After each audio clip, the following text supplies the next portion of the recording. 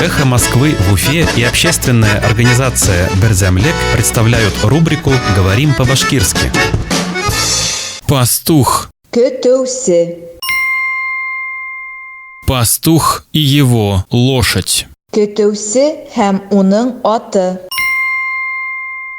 Пастух и его лошадь. Көтөүсе һәм уның аты.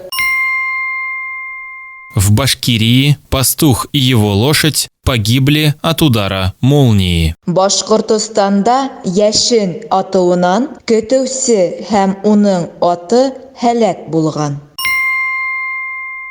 В Башкирии пастух и его лошадь погибли от удара молнии. Башкортостанда яшен атуынан көтөүсе һәм уның аты һәлак булган.